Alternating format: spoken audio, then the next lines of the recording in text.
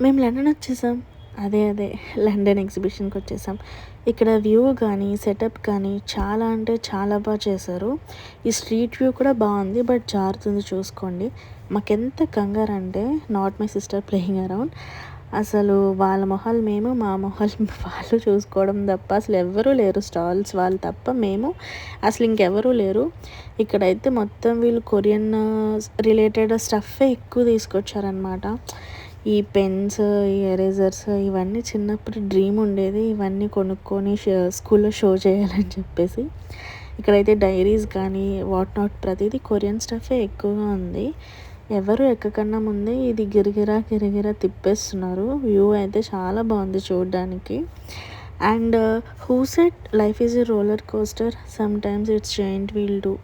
Responsibilities, education ఒకదాని తర్వాత ఒక బర్డెన్ పడుతూనే ఉంటది కదా అనిపించింది ఇది చూసినప్పుడు.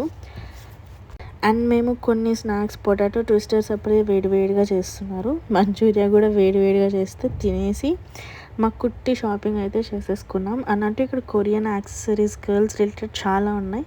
ఇంకింటికి రిటర్న్ అయిపోయాం.